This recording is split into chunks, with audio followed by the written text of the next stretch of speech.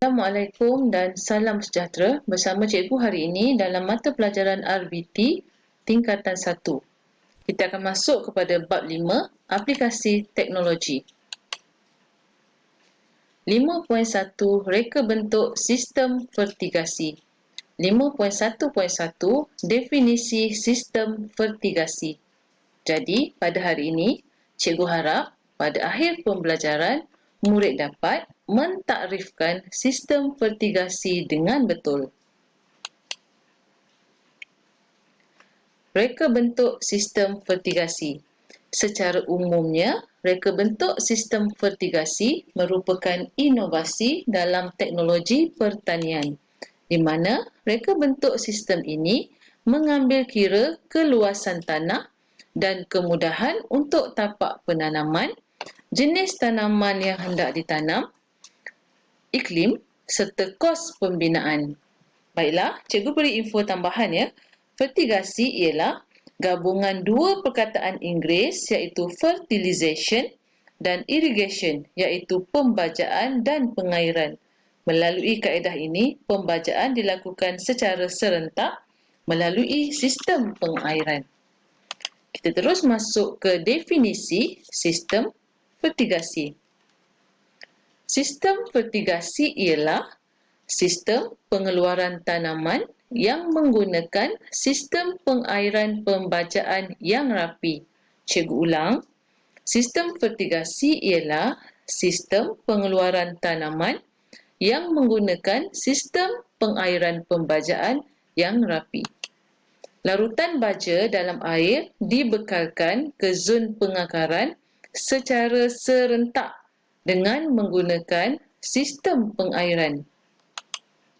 Sistem ini memerlukan cahaya matahari secara langsung, sekurang-kurangnya 6 jam untuk tujuan fotosintesis.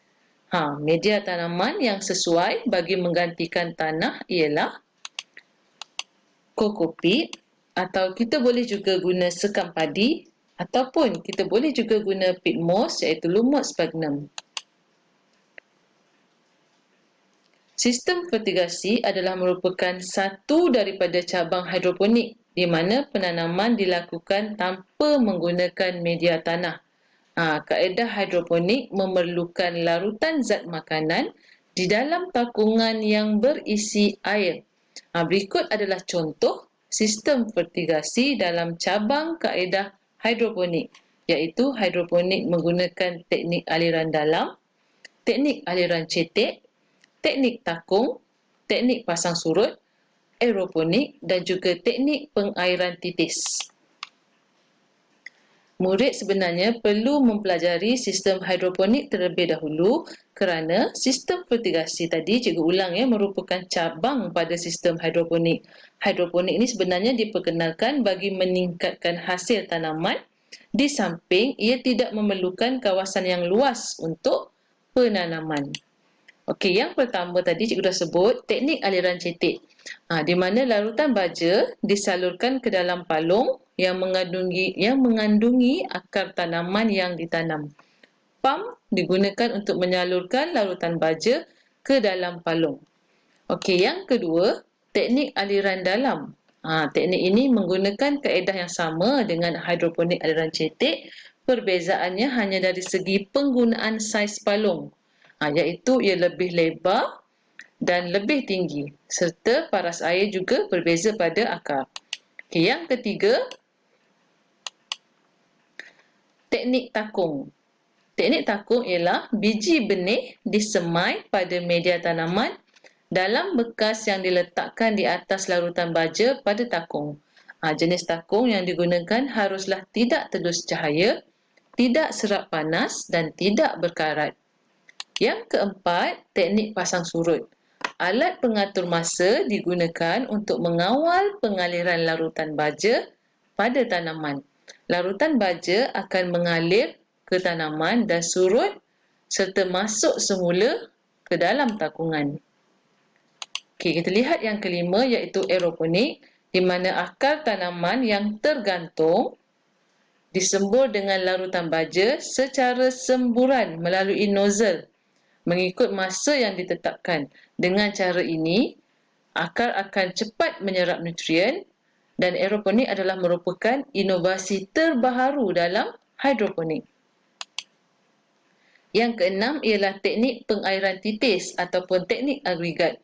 Teknik ini adalah yang paling berkesan kerana bekalan air dan campuran baja dapat disalurkan terus ke akar pokok mengikut masa yang ditetapkan. Sistem ini boleh diaplikasikan dengan menggunakan pen penitis ataupun pita titis. Pen penitis menyalurkan air melalui tiub mikro yang disambung ke dalam polybag. Pita titis akan menyalurkan air melalui lubang-lubang halus ataupun emitter yang berada di sepanjang pita tersebut. Ini adalah contoh sistem hidroponik. Kita terus ke sistem fertigasi. Sistem fertigasi sangat sesuai untuk tanaman sayuran-sayuran yang berbuah. Cikgu beri contoh ya. Contohnya adalah seperti tomato, cili merah, timun Jepun, ini adalah buah terung, melon ataupun strawberry dan tanaman sayuran yang lainlah yang cikgu nak tunjukkan dalam slide ini. Okey.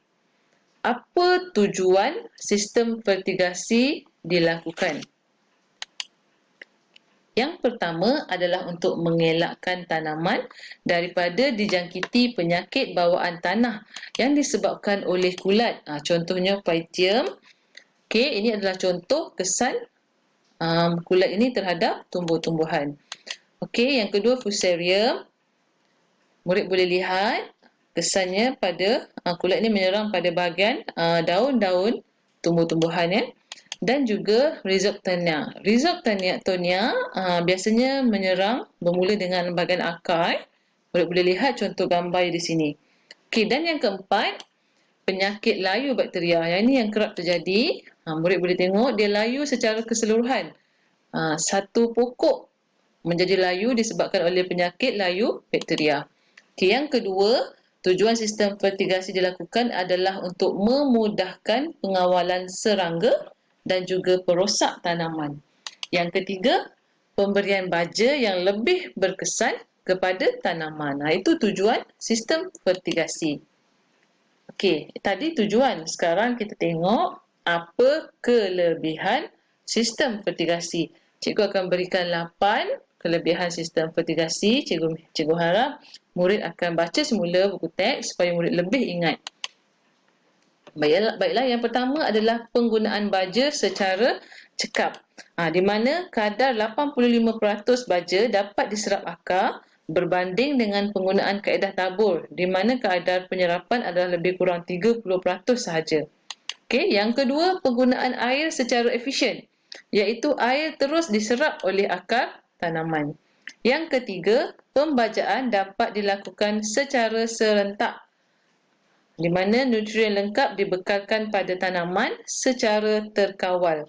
Begitu juga dari segi jumlah dan keperluan baja untuk tanaman, di mana ia sesuai mengikut peringkat umur.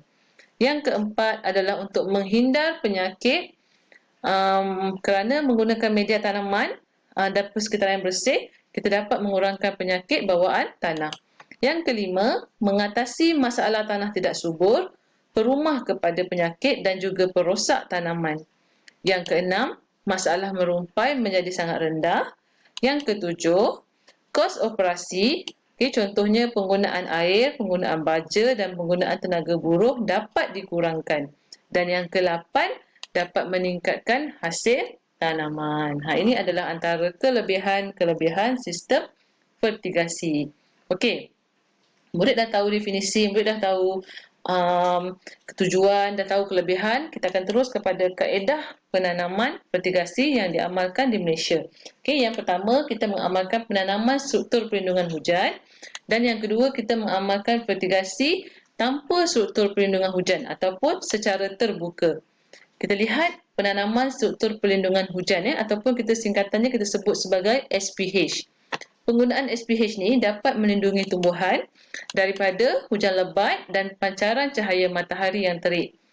Bumbung SPH biasanya diperbuat daripada bahan plastik yang mempunyai lapisan perlindungan ultraviolet. Kita biasa sebut UV. Rangka bumbung pula dibuat menggunakan kayu, paip besi, plastik ataupun bahan-bahan lain yang kukuh. SPH ni sebenarnya akan lebih berkesan jika kita gunakan bersama jaring kalis serangga. Kalau kita pasang sekali dengan jaring kalis serangga, ia akan lebih baiklah. Okey, ini contoh sistem fertigasi yang menggunakan sistem perlindungan hujan. Okey, di mana ia dapat mengelakkan tanaman cepat layu akibat pancaran matahari, dapat mengelakkan serangan penyakit dan juga dapat mengurangkan penggunaan racun perosak. Okey, kaedah yang kedua adalah kaedah penanaman tanpa struktur perlindungan hujan, tanpa SPH. Ini contohnya dalam gambar ni murid boleh lihat. Penanaman tanpa struktur perlindungan hujan boleh diletakkan di tempat yang terbuka, tapi semasa musim hujan, air hujan akan bercampur dengan air baja di dalam polybag, yang mana ia akan menyebabkan kandungan baja dalam media tanaman menjadi cair. Penanam pula perlu menggunakan racun ulat dan racun serangga untuk melindungi tanaman daripada serangan penyakit. Itu adalah penggunaan kaedah penanaman tanpa SPH. Okey, yang terakhir untuk hari ini, kita akan lihat perbandingan sistem fertigasi dengan sistem konvensional. Okey, kita lihat satu persatu, cikgu beri secara ringkas. Yang pertama, jenis tanaman, di mana sistem fertigasi tanaman biasanya sesuai untuk tanaman jenis sayur dan buah. Sistem konvensional sesuai untuk semua jenis tanaman. Sistem fertigasi boleh dijalankan sama ada dengan SPH ataupun tanpa SPH, tapi sistem konvensional tidak perlu. Jaring kalis serangga juga menjadi pilihan, boleh dipilih dalam sistem fertigasi. Dalam sistem konvensional juga tidak perlu. Sistem pengairan, titis dan baja untuk kaedah sistem fertigasi, penyiraman biasa sahaja untuk kaedah konvensional. Air dalam sistem fertigasi lebih bersih. Sistem konvensional kita boleh menggunakan pelbagai sumber air. Tapi untuk fertigasi kita mesti menggunakan air bersih. Modal untuk permulaan, kaedah sistem fertigasi adalah lebih tinggi, sistem konvensional adalah lebih rendah. Tapak tanah. Jika murid ingin mengamalkan tanaman fertigasi, tapak tanah mestilah rata. Sistem konvensional bukan tak perlu rata, maksudnya kita ada banyak pilihan. Kita boleh tanam di mana-mana tanah bentuk muka bumi. Okey, elektrik untuk sistem fertigasi mesti ada sebab kita nak guna pump, kita nak guna timer. Sistem konvensional tidak perlu. Pengetahuan teknikal sangat perlu untuk jalankan sistem fertigasi. Sistem konvensional kita boleh tanam, try and error, kita boleh tanam, kita akan tahu kelemahan-kelemahannya tanpa perlu begitu detail lah, kita tahu teknik dia. Okey, keadaan tanah tak penting kalau sistem fertigasi sebab kita tidak menggunakan media tanah. Sistem konvensional perlu tanah yang subur. Kos operasi, sistem fertigasi permulaannya kos adalah tinggi, tetapi sepanjang sistem itu berjalan, kos operasi adalah sangat rendah sebab kita dapat mengurangkan penggunaan tenaga buruh. Okey. Tapi sistem konvensional tinggi sebab kita kena siram manual. Okey, risiko penyakit. Sistem fertigasi lebih rendah sebab kita tidak menggunakan media tanah. Berbeza dengan sistem konvensional, mungkin akan lebih mudah diserang oleh penyakit kerana menggunakan media tanah lah. Penyakit bawaan tanah. Okey, keseragaman pokok. Yang ini murid boleh lihat di mana-mana tapak yang mengamalkan sistem fertigasi. Pokok hasil pokok adalah biasanya lebih seragam. Pokok cilinya lebih seragam kadar pembesarannya. Okey, berbeza dengan sistem konvensional adalah lebih tidak seragam. Okey, yang ini murid boleh rujuk juga dalam buku teks. Okey, untuk hari ini cikgu akan sentuh sampai sini saja. Selebihnya kita akan sambung pada kelas yang berikutnya. Cikgu harap murid akan membuat ulang kaji, membaca semula dalam buku teks untuk bab fertigasi dan bersedia untuk kelas yang selepas ini. Sekian, terima kasih.